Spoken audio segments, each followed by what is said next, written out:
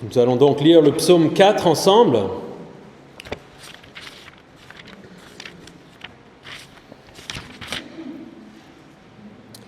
Psaume 4, verset 1. Au chef de chœur, avec instrument à cordes, psaume de David. Quand je crie, réponds-moi, Dieu de ma justice. Quand j'étais dans la détresse, tu m'as mis au large. Aie pitié de moi, écoute ma prière. Vous les hommes, jusqu'à quand mépriserez-vous ma gloire? Jusqu'à quand aimerez-vous ce qui est sans valeur et rechercherez-vous le mensonge? Sachez que l'Éternel s'est choisi un homme fidèle. L'Éternel entend quand je crie à lui. Si vous vous mettez en colère, ne péchez pas. Parlez dans votre cœur, sur votre lit, et faites silence. Offrez des sacrifices conformes à la justice et confiez-vous en l'Éternel. Beaucoup disent, qui nous fera voir le bonheur? Fais briller la lumière de ton visage sur nous, Éternel. Tu mets dans mon cœur plus de joie qu'ils n'en éprouvent quand abondent leur blé, leur vin et leur huile. Je me couche et aussitôt je m'endors en paix, car c'est toi seul, Éternel, qui me donne la sécurité dans ma demeure. Amen. Au chef de chœur avec instrument à cordes, psaume de David. On a parlé la semaine dernière du fait que certains des psaumes avaient des titres qui étaient intégrales au texte original, qui étaient dans le texte que nous avons reçu. Et ici, nous avons encore cette introduction au chef de chœur avec instrument à cordes, psaume de David. Et c'est pas mal parce que ça nous permet d'avoir un peu une introduction au livre quand on doit en parler, quand on doit parler sur ces psaumes, on a une introduction toute faite. Et donc ce chant, ce psaume est adressé au chef de chœur. C'est déjà intéressant, ou peut-être que c'est les indications qui sont données à la personne qui menait les musiciens, qui menait les chanteurs au temps de David, et que c'est donc les indications qui sont données. On en connaît quelques-uns, on a des récits dans 1 Chronique 6, dans 1 Chronique 16, dans 1 Chronique 25 qui nous parlent de certains de ces chefs des musiciens ou chefs de la louange qui devaient diriger. Et nous avons parlé la semaine dernière de cette expression « Sélah » qui était une indication de pause, et il y a des discussions de théologiens et d'experts linguistiques pour savoir ce que ça veut dire exactement, mais pour beaucoup, il y a l'indication que c'était quelque chose qui était donné pour comprendre comment il fallait interpréter le texte musicalement. Et ici, on a ce sentiment avec le chef de chœur qui reçoit ces instructions, et donc ça colle très bien, on le comprend. J'ai trouvé en lisant certains commentaires que certains pensaient qu'il y avait l'idée que c'était peut-être adressé d'une certaine manière à Dieu lui-même, qui est le chef de chœur ultime, qui est celui à qui on chante, à qui on adresse nos louanges. Et je trouve, moi personnellement, que ça ne s'applique pas forcément dans le contexte de ce psaume, mais je trouve que c'est un bon rappel et quelque chose d'important pour nous en tant que chrétiens, quand nous venons à l'église, de nous rendre compte que l'idée dans la louange, c'est pas qu'il y a des musiciens et que vous êtes l'audience, et qu'ils font un concert et que vous écoutez, et que vous profitez de la musique. Non, les gens qui mènent la louange vous mènent, et nous tous ensemble, nous sommes ceux qui louent Dieu. L'audience, celui qui écoute, c'est Dieu. Les louanges sont adressées à Dieu. Et donc si vous venez et que vous êtes passif et vous êtes là, ouais, bon, c'était pas très bien ce matin, c'est la mauvaise attitude. Vous êtes en train de dire, ma performance vis-à-vis de Dieu, en aucun cas, en aucune situation, quelle que soit la qualité de la louange, ça peut être complètement faux, ça peut être hors de rythme, tout peut être mauvais. La question, c'est est-ce que vous avez loué Dieu?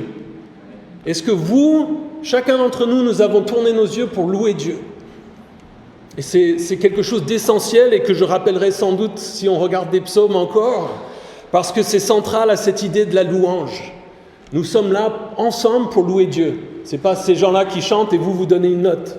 Ok ? Je sais bien qu'il y a les JO, qu'on a l'habitude en ce moment de voir les juges, mais c'est pas ça la louange. Et ici, on voit que c'était avec des instruments à cordes. Désolé pour les instruments avant, ici. C'est pour ça que j'ai appris la guitare. On a ces détails. On voit ici aussi que c'est le psaume de David. C'est encore le roi David qui écrit ce psaume. Et beaucoup pensent que c'était peut-être encore dans les circonstances que nous avons décrites la semaine dernière en regardant le psaume 3. Nous avons dû parler du fait que pour le psaume 3, David a écrit ce psaume alors qu'il était en train de fuir son fils Absalom qui s'était révolté contre lui et qui le poursuivait avec l'armée pour le tuer. Et il en avait appelé à Dieu dans le psaume 3, et on sent une urgence au niveau de son appel, mais au sens proche et pour sa vie physique. Et ce psaume, c'est pas explicité, donc on n'en est pas certain, mais certains pensent que peut-être c'est une fois que les choses se calment un petit peu, mais qu'il y a encore le danger peut-être moins présent physiquement pour David, mais qu'il y a encore le fait que les mensonges sont corroborés par les personnes qui sont opposées à lui. Il y a des discussions là-dessus, de savoir si c'est exactement les mêmes contextes, on n'en est pas à 100% sûr, mais on voit encore ici David qui en appelle à Dieu. Verset 2, « Quand je crie, réponds-moi, Dieu de ma justice. Quand j'étais dans la détresse, tu m'as mis au large. Aie pitié de moi, écoute ma prière. Réponds-moi, Dieu. » C'est un cri rempli de zèle et de passion. C'est le cœur de David qui parle de choses qui le touchent profondément. David a besoin de Dieu ici. Il ne fait pas que dire des paroles de manière automatisée, sans réfléchir. Il n'est pas juste en train de réciter un truc, de lire quelque chose de préfabriqué. C'est son cœur qui parle. Et il montre ici une foi véritable en Dieu. Il croit que Dieu existe et que s'il parle et qu'il en appelle à Dieu, Dieu va répondre. Et c'est un exemple, encore une fois, pour nous dans la prière. Nous avons parlé la semaine dernière du fait de crier à haute voix, parfois dans la prière, de peut-être changer nos habitudes à certains moments. Et ici, on voit qu'il crie. Et je ne pense pas que nous ayons toujours besoin de crier quand nous prions. C'est pas toujours on a toujours ce piège de dire, le pasteur, on a vu le texte ce matin, il dit, David crie et Dieu intervient, donc il faut que je crie toujours. On est toujours noir ou blanc. Ou alors il me dit, après on va voir qu'il dit en silence. Alors il faut être en silence. C'est fini, je crie plus jamais. Il n'y a pas de règle absolue pour chaque instant, c'est une relation. Et ici, je pense qu'il y a quand même l'idée, et quelque chose d'important à souligner ici, c'est que il y a parfois besoin d'une prière avec passion, avec zèle, avec ferveur. C'est une relation avec Dieu. Pensez à vos proches, à vos amis proches, et posez-vous la question de vous dire quelles sont les différentes manières que je peux avoir de leur parler. Pour ceux qui sont mariés, entre mari et femme, pour ceux qui ont des enfants, avec leurs enfants, pour ceux qui ont des frères et des sœurs, avec vos frères et sœurs ou avec vos parents. Est-ce que vous parlez toujours de la même voix, de manière toujours monotone ? Non. Vous avez une relation. Suivant les circonstances de la vie, vous allez parler doucement, dire certaines choses, vous allez parfois vous énerver et crier, vous allez parfois poser d'autres questions. Il y a plein de manières que vous avez d'interagir avec ceux qui vous sont proches. Et parfois au téléphone. Et c'est important de le comprendre, que Dieu veut une relation avec nous, pas juste un truc où on prie toujours de la même manière. Et ça peut être toujours de la même manière. Il y en a qui crient toujours, il y en a qui prient toujours sans en parler, il y en a qui prient toujours d'une voix très monotone. C'est pas non plus que c'est mauvais, que vous devez être tout d'un coup inquiet de comment je prie, mais c'est une relation. Et ça, ici, de voir David qui crie, ça me fait penser aux enfants qui crient vers leurs parents quand ils ont besoin de quelque chose. Moi, je sais, je suis parent depuis quelques années, et encore une fois, le nombre d'exemples qui me viennent de la relation entre moi et Dieu et la relation que mes enfants ont avec moi, elle est quasiment, c'est un puits sans fin. et je vois que mes enfants, souvent, ils veulent leur biberon, leur bouteille d'eau, et la bouteille d'eau peut être là, ils sont en train de jouer comme ça, puis ils veulent la bouteille d'eau, et « Papa, maman, où est ma... » Ah ben elle est là, ah bon, ok. Et ils veulent tout de suite pour des trucs, et il y a cette assurance et cette foi en leurs parents qu'ils savent qu'on entend.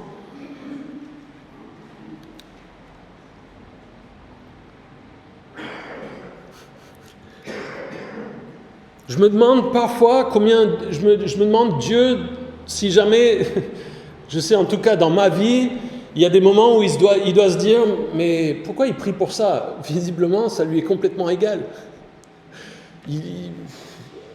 Est-ce qu'il y a une envie pour les choses ? Est-ce qu'il y a un zèle pour les choses pour lesquelles nous prions ? Il y a l'habitude de la prière et il y a aussi le fait de prier, de demander à Dieu qu'il nous mette les choses à cœur et qu'il nous donne de l'amour et du zèle et de la passion pour les choses qui le concernent. Et c'était quelque chose d'ailleurs qui revient dans la vie de David, malgré tout le mal qu'il a pu faire, tous les péchés qu'il a pu commettre, toutes les manières où il est tombé. Dieu disait, c'est un homme après mon cœur. Il avait ce zèle pour les choses souvent pour lesquelles Dieu voulait qu'il ait du zèle. Et on peut prier et demander que Dieu change nos cœurs si c'est pas le cas.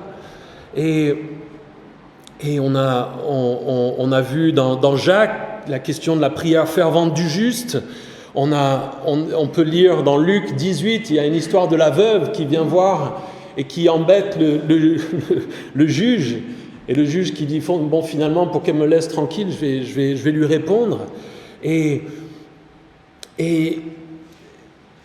parfois, peut-être qu'on a besoin de demander à Dieu de changer nos cœurs et de nous donner du zèle et de la passion pour les choses pour lesquelles on prie. Alors, souvent, on a beaucoup de passion et de vigueur pour les choses qui nous concernent personnellement, peut-être comme David ici, mais peut-être aussi à d'autres moments, on a besoin de demander que Dieu change nos cœurs. Et c'est pas encore une fois l'idée que si on a du zèle et de la passion et qu'on prie de la bonne manière, Dieu va forcément nous accorder ce que nous voulons. C'est pas ça du tout. Mais Dieu veut que nous ayons de la passion et soyons concernés par les choses qui lui tiennent à cœur. Et David, il continue, il dit « Dieu de ma justice ». Réponds-moi, Dieu de ma justice.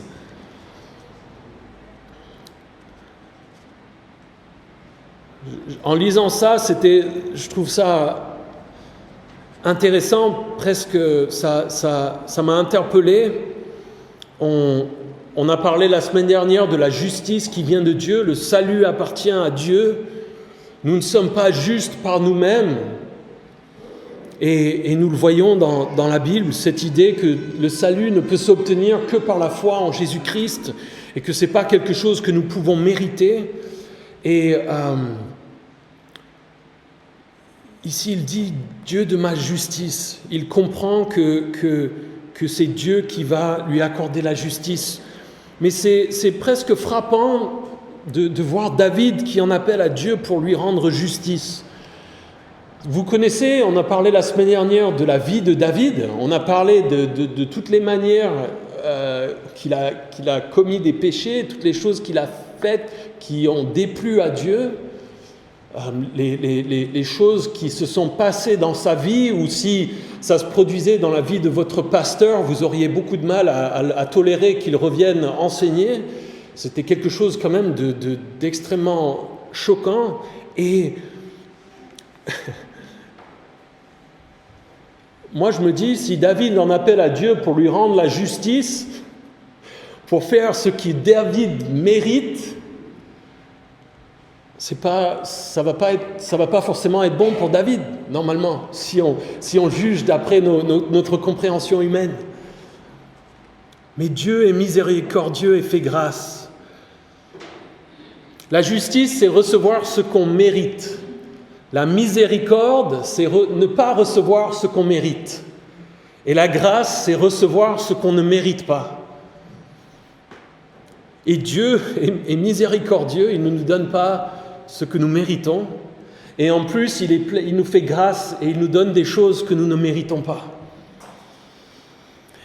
Et David ici est un bon exemple. Il fait confiance à Dieu pour recevoir quelque chose qu'il ne mérite pas, une justice qu'il ne mérite pas. David comprend que c'est Dieu qui le rend juste. C'est quelque chose d'ailleurs qui parfois choque les gens. Il n'y a aucun pécheur dans le monde, la personne la plus horrible à laquelle vous pouvez penser dans l'histoire de l'humanité, qui, si avant leur mort, se tourne vers Dieu en disant « Je m'en remets à toi, je suis un pécheur, pardonne-moi et sauve-moi », il n'y en a aucun que Dieu refuserait. Et parfois, on a du mal à accepter cette idée. On se dit « Non, Dieu, c'est pas juste. » La justice, le salut appartiennent à l'Éternel. Et David dit, quand j'étais dans la détresse, tu m'as mis au large. David ici fait à nouveau référence à son passé. On a vu la semaine dernière que David se sert de son passé pour se rappeler de son passé, pour avoir confiance en Dieu. Il regarde en arrière pour voir là où Dieu a agi, se rappeler ces choses pour s'ancrer presque, pour avoir foi et de l'espérance en Dieu. Et il dit, quand j'étais dans la détresse par le passé, tu m'as mis au large. Dans des situations où il était entouré, enfermé dans la difficulté, il a été libéré. Ici, c'est intéressant, mettre au large, peut-être on ne comprend pas forcément, c'est l'idée de, quand on est emprisonné, on est mis dans un petit endroit, et être mis au large, c'est être libéré, remis dans la liberté de pouvoir se mouvoir. Et David se rappelle, quand j'étais dans la détresse dans le passé, tu m'as mis au large. Et il dit, aie pitié de moi, écoute ma prière. Comme tu l'as fait dans le passé, je t'en prie, écoute-moi, aide-moi dans cette situation. Il s'en remet à Dieu pour voir sa douleur et pour vouloir intervenir. Et puis il change un petit peu de personne à qui il parle. Verset 3, « Vous les hommes, jusqu'à quand mépriserez-vous ma gloire ? Jusqu'à quand aimerez-vous ce qui est sans valeur et rechercherez-vous le mensonge ?» Il parle aux hommes et il pose la question, « Jusqu'à quand mépriserez-vous ma gloire ? Jusqu'à quand aimerez-vous ce qui est sans valeur et jusqu'à quand rechercherez-vous le mensonge ?» David se demande combien de temps ces hommes vont rester dans leur voie de rébellion contre Dieu en se rebellant contre lui. Et ici, pour David, c'est une question légitime. Et pour ces hommes qui s'opposent à David, l'issue ne va être que négative. Et il vaudrait mieux pour eux qu'ils se repentent et qu'ils changent. Et c'est une question qui est importante et je pense, pour nous en tant que chrétiens, est une bonne question à nous poser. Si vous avez des choses, des péchés dans vos vies, des choses que Dieu vous a montrées, que vous devez changer, des péchés avec lesquels vous luttez, jusqu'à quand ? Jusqu'à quand est-ce que je vais continuer dans ce péché ? Il n'y a rien de positif qui va sortir de ma persévérance dans le mal. Plus je tarde à me repentir et à changer de voie, plus ça va être mauvais pour moi. Jusqu'à quand est-ce que je vais continuer dans cette voie ? Et ici, David, il s'adresse à certaines choses en particulier. Il dit qu'il méprise sa gloire. Ici, il se plaint du fait que les hommes cherchent à ternir sa réputation. Il propage des mensonges à son sujet, des calomnies. Dans d'autres traductions, on lit « Jusqu'à quand salirez-vous mon honneur ?» Jusqu'à quand aimerez-vous ce qui est sans valeur? Ici, c'est un peu difficile. Il y a des discussions de savoir ce que David pense exactement. Dans le contexte, on voit qu'il est en train de parler de calomnie et de mensonges, et que c'est sans doute ça qui est sans valeur. Il pense que peut-être ils ont quelque chose à gagner en mentant à propos de David, en propageant des mensonges, en salissant son honneur. Mais David dit, vous pensez peut-être que vous allez en tirer quelque chose, un bénéfice, mais non, c'est sans valeur au final. Et ça aussi, c'est quelque chose, encore une fois, c'est un petit peu extrapolé du contexte, mais jusqu'à quand allons-nous tarder et continuer dans des choses qui n'ont pas de valeur dans notre vie? Quelles choses sont sans valeur par rapport à notre vie avec Jésus? Et c'est quelque chose que nous devons évaluer personnellement entre soi et Dieu, et se poser la question, est-ce que cette chose est importante, ou est-ce que c'est quelque chose où je perds mon temps? Alors surtout si c'est des péchés, c'est sans valeur. Mais qu'est-ce que je recherche dans ma vie? Quelle est mon ambition dans la vie? Est-ce que je recherche son royaume et sa justice? Ou est-ce que je recherche d'autres choses et mon petit plaisir personnel? Jusqu'à quand rechercherez-vous le mensonge? Encore une fois, il mente à propos de David sur lui, et il propage des mensonges à son propos. C'est quelque chose évidemment qui nous fait penser à Jésus, pour lequel il y aura des mensonges proférés, des gens qui voudront salir sa gloire et son honneur, et peut-être encore jusqu'à aujourd'hui. Lui qui est le roi d'Israël dans toute sa plénitude.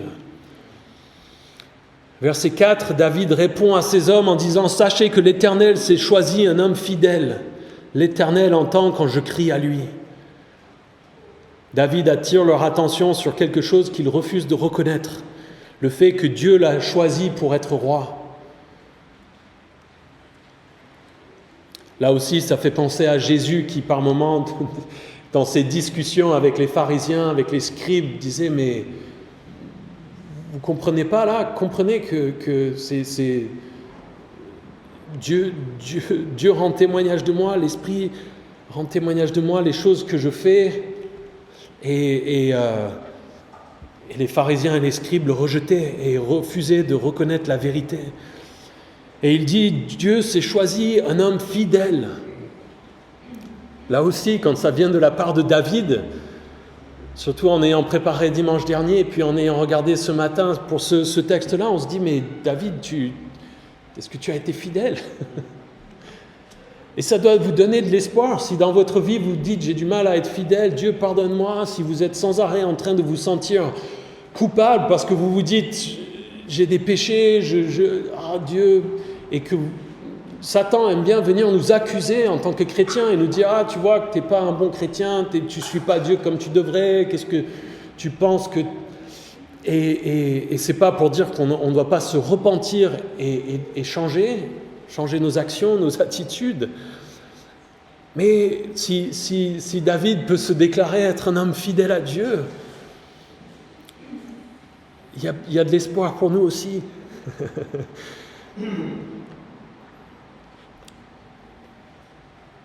David avait toujours le réflexe d'aller rapidement et dans la plupart des cas, de se retourner et comprenait qu'il devait s'en remettre à Dieu et qu'il ne pouvait pas mériter son salut. Et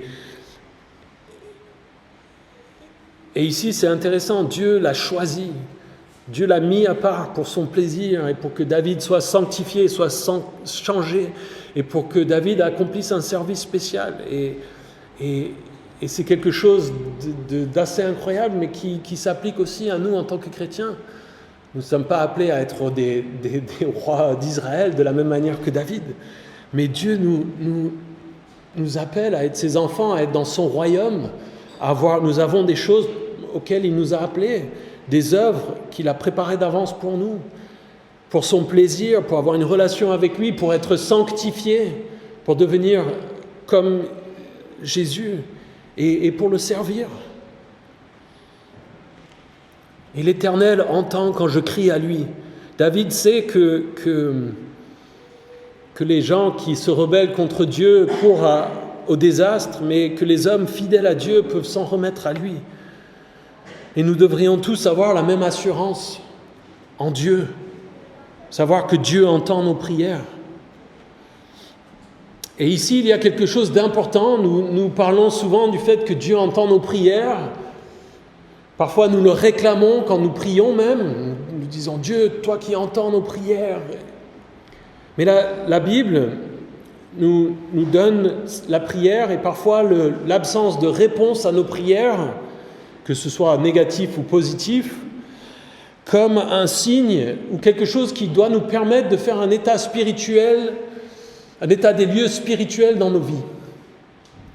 La Bible nous explique qu'il y a plusieurs raisons, quand nous sommes chrétiens, pour lesquelles Dieu refuse de nous répondre. Je crois qu'il nous entend toujours, mais que parfois, il refuse de nous répondre. Et il y a pas mal d'exemples dans la Bible de choses qui peuvent causer ça. Il y a l'incrédulité, le fait de ne pas croire en Dieu, ou pas croire qu'il est capable. Le fait de ne pas demeurer en Jésus, d'avoir de relations avec Jésus, parfois pour certaines choses, dans certaines situations. Dans Matthieu 17, il est question de l'absence de jeûne. Dans 1 Pierre 3, il est question de problèmes dans notre relation si nous sommes mariés. Dans Jacques 5, 16, il est question de péchés non confessés qui peuvent empêcher nos prières d'avoir des réponses. Dans le psaume 17, il est question du mensonge ou de la malhonnêteté. Dans Proverbe 28, 9, c'est intéressant, il est question, on dirait, d'une manque de lecture et de compréhension de la Bible. Dans Matthieu 6, il y a aussi l'idée que si nous mettrons notre confiance dans le style ou la forme de la prière, comme j'en parlais un peu plus tôt, Dieu dit, Jésus lui-même dit, est-ce que c'est parce que vous répétez les prières comme les païens que vous croyez que vous allez être exaucés? Et on comprend, à contrario, qui dit non, vous n'allez pas être exaucés juste parce que vous répétez les choses. Et parfois, c'est un peu tabou pour nous de parler de ça, parce que ça nous dérange. Parce que ça nous oblige à regarder les choses dans nos vies qui ne plaisent pas à Dieu. Et si vous avez l'impression, vous vous dites, j'ai l'impression de ne pas avoir de réponse de la part de Dieu sur ces sujets-là, demandez à Dieu de vous montrer s'il y a des choses qu'il veut que vous corrigiez dans vos vies, des choses qui lui déplaisent. Verset 5, « Si vous vous mettez en colère, ne péchez pas. Parlez dans votre cœur sur votre lit et faites silence. » David, je pense, s'adresse encore à ses ennemis. On peut presque l'appliquer aussi à lui-même, presque comme s'il se rappelait ces choses aussi, en voyant tout ce qui se passait autour de lui, toute l'impiété, tous les gens qui se rebellent contre Dieu. Peut-être que lui-même, il a besoin de se dire, ne te mets pas en colère, ne pêche pas, fais silence devant Dieu. Mais évidemment, il s'adresse sans doute aussi à ses ennemis, en leur disant, arrêtez de vous agiter. Peut-être vous pouvez vous mettre en colère, mais n'allez pas jusqu'à pécher.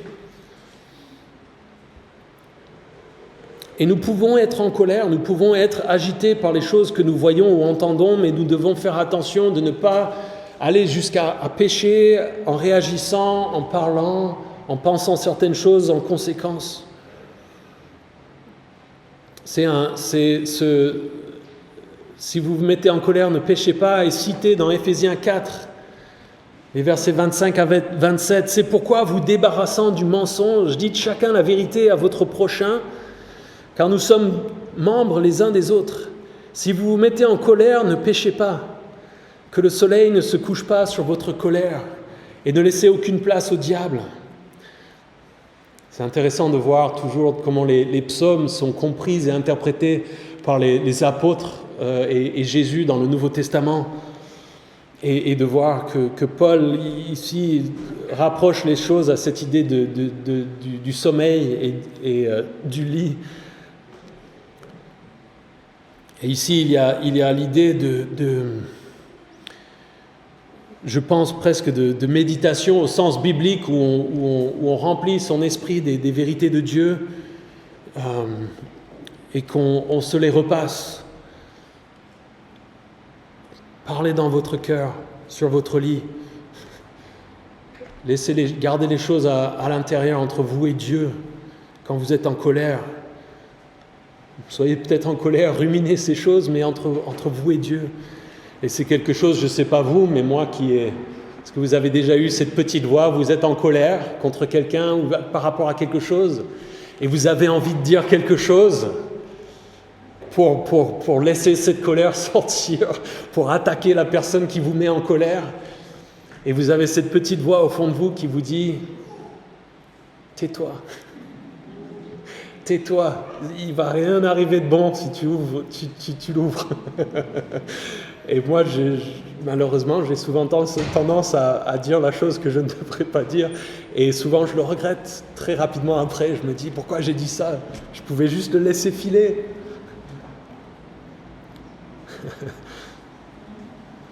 Faites silence. Et c'est quelque chose d'intéressant ici, encore une fois, en contraste avec le fait de crier. Peut-être, on a parlé la semaine dernière du besoin de changer vos habitudes.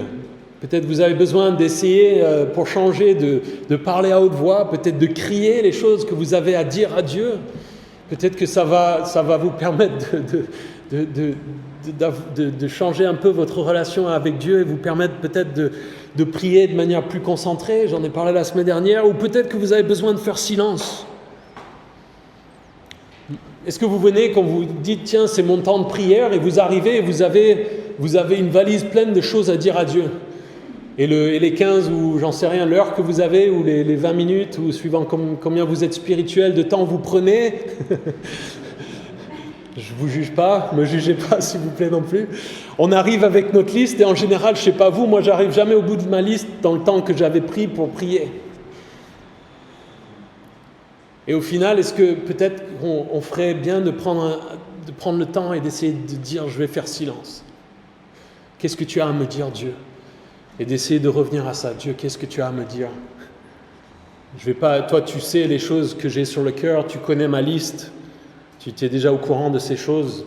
Peut-être qu'on a besoin de dire « Dieu, parle-moi » et de faire silence devant Dieu.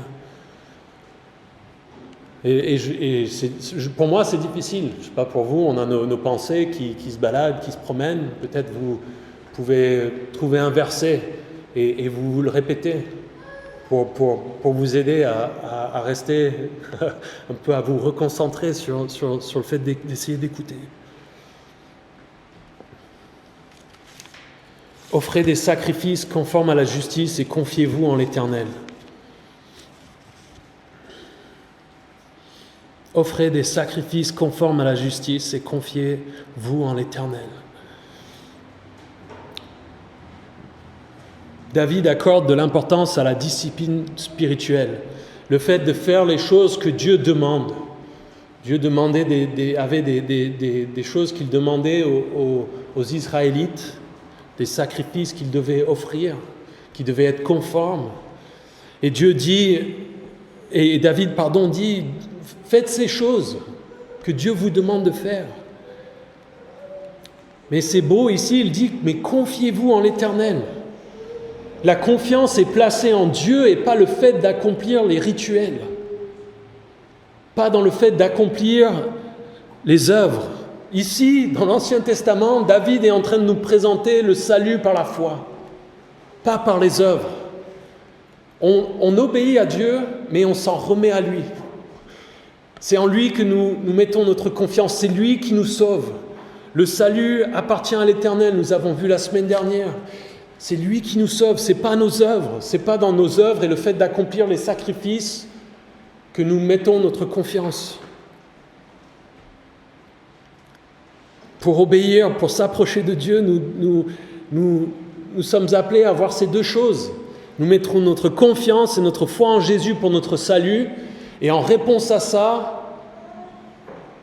si nous mettons vraiment notre foi en Jésus, il doit y avoir l'envie et les œuvres, le fait d'obéir et de servir Jésus. Nous en avons parlé lorsque nous avons étudié Jacques. Offrez des sacrifices conformes à la justice et confiez-vous en l'Éternel. C'est beau aussi parce que ça donne une telle légèreté. Vous le voyez ou pas? On obéit, mais on n'a pas tout le poids de dire est-ce que j'ai fait tout ce qu'il fallait? Est-ce que j'ai toujours obéi? Je sais que j'ai déjà eu des discussions avec vous où vous dites j'ai voulu faire quelque chose, je croyais que c'était la volonté de Dieu et est-ce que je l'ai entendu? Peut-être que je me suis trompé? Et la beauté ici, c'est que Dieu voit nos cœurs et le salut ne dépend pas de savoir si on a fait exactement.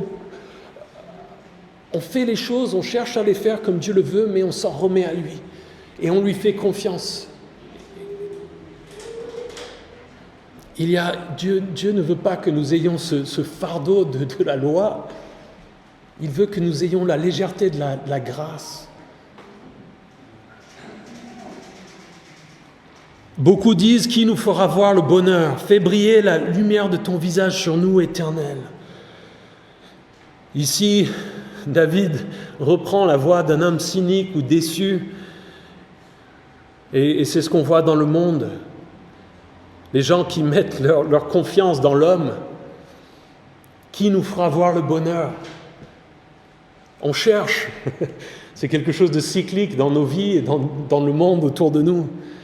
Est-ce que vous avez déjà été déçu par des hommes, par des amis, par de la famille, par les dirigeants, par les politiciens? C'est normal. Cet été, on était aux États-Unis et chez les parents, à l'église des parents de ma femme. Le pasteur a pour habitude de dire qu'il ne faut pas s'étonner quand des pécheurs se comportent comme des pécheurs. Et nous, parfois, on met notre espoir, on se dit « lui, il va nous faire voir le bonheur. Si on le suit, lui, on aura le bonheur. » Et beaucoup finissent en étant cyniques, en étant déçus, en disant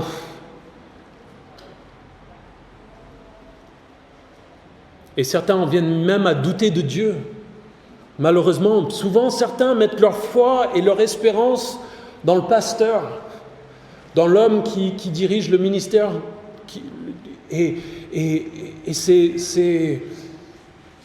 Ça fait pleurer de voir le nombre de fois où des pasteurs ou des personnes qu'on a mis sur un piédestal tombent dans le péché, ont fait des choses graves qui ont déplu à Dieu, et le nombre de personnes qui, à cause de ça, s'éloignent de la foi.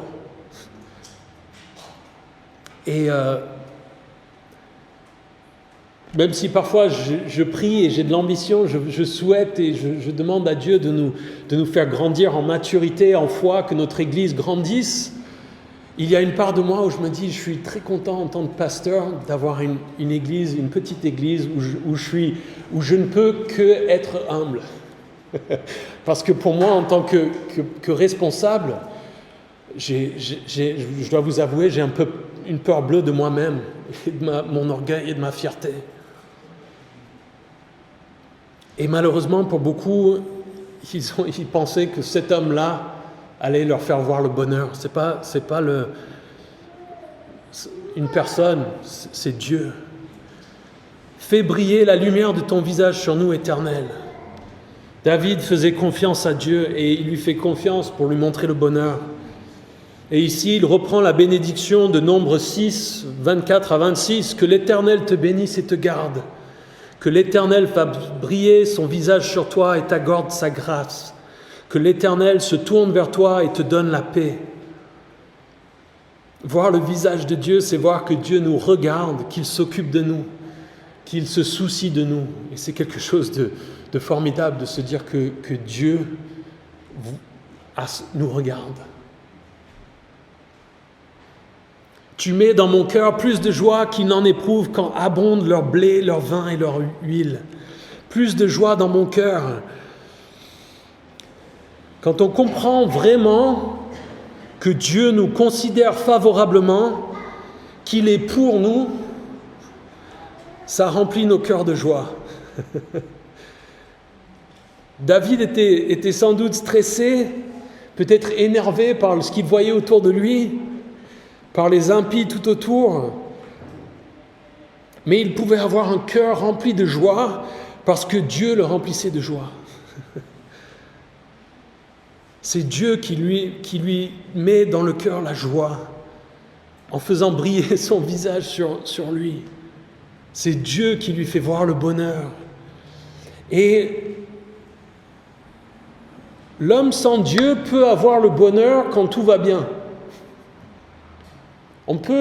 Si tout va bien, on peut être bien.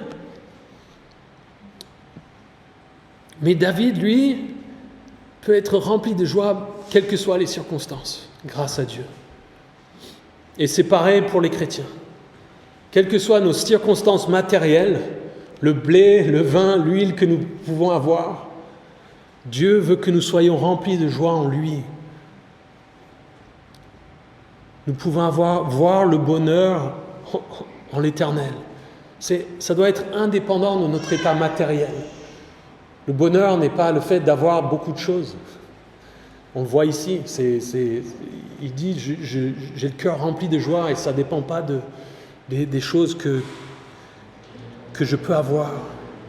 Et puis il continue, je me couche et aussitôt je m'endors en paix, car c'est toi seul, Éternel, qui me donne la sécurité dans ma demeure. Nous en avons parlé la semaine dernière, les circonstances dans lesquelles se trouvait David avec cette rébellion de son fils Absalom, qui était d'une violence incroyable, mais qu'il arrivait à s'endormir parce qu'il faisait confiance à Dieu. Ici, encore une fois, il parle de la même idée. Il est même ici tellement en paix qu'il se couche et il s'endort presque en même temps. C'est l'idée qu'il a qu'à poser la tête et tout de suite il dort. C'est un peu comme moi. Ma femme est jalouse elle me dit que quand je me couche, je suis endormi. Souvent, elle va se coucher avant moi. Et je viens au lit, elle est toujours réveillée. Et moi, je m'endors et elle est toujours réveillée.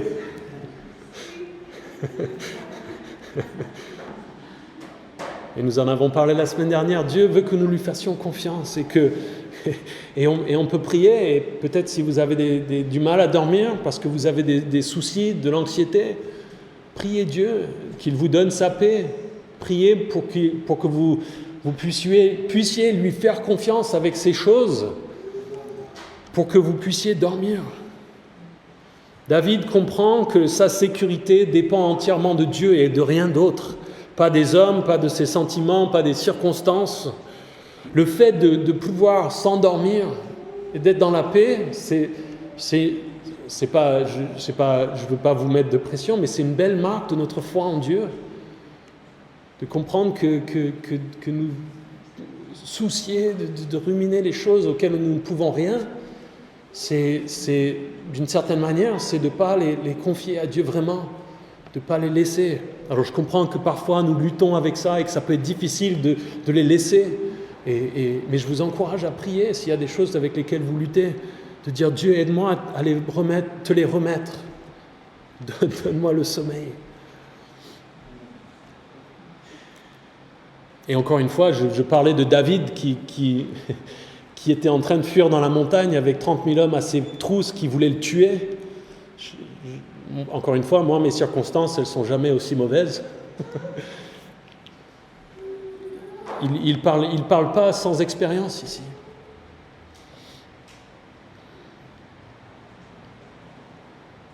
Il est vraiment ici, il est vraiment rempli d'un bonheur et d'une joie que rien ne peut enlever. Et il dit, c'est toi qui me donnes la sécurité dans ma demeure.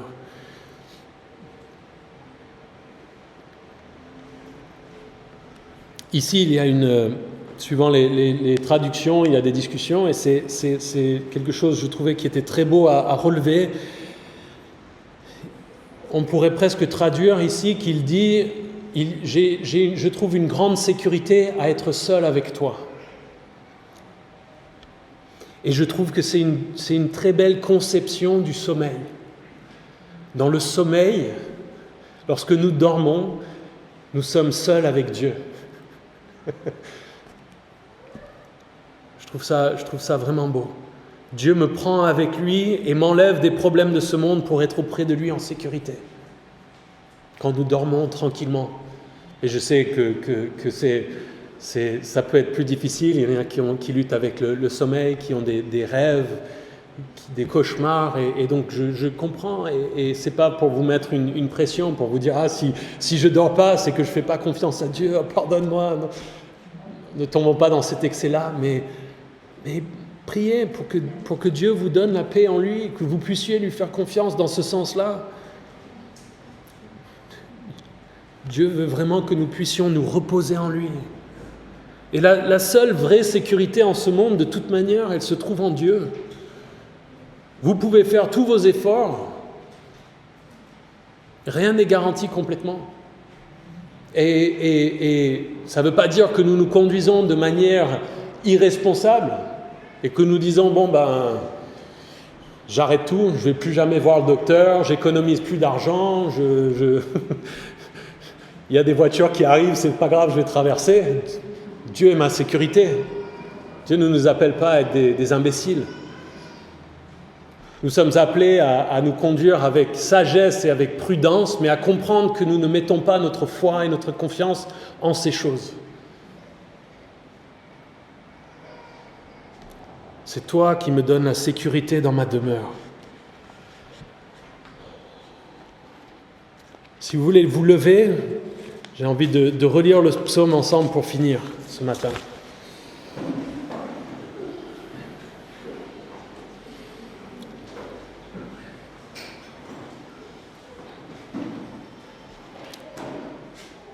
Quand je crie, réponds-moi, Dieu de ma justice. Quand j'étais dans la détresse, tu m'as mis au large. Aie pitié de moi, écoute ma prière. Vous les hommes, jusqu'à quand mépriserez-vous ma gloire ?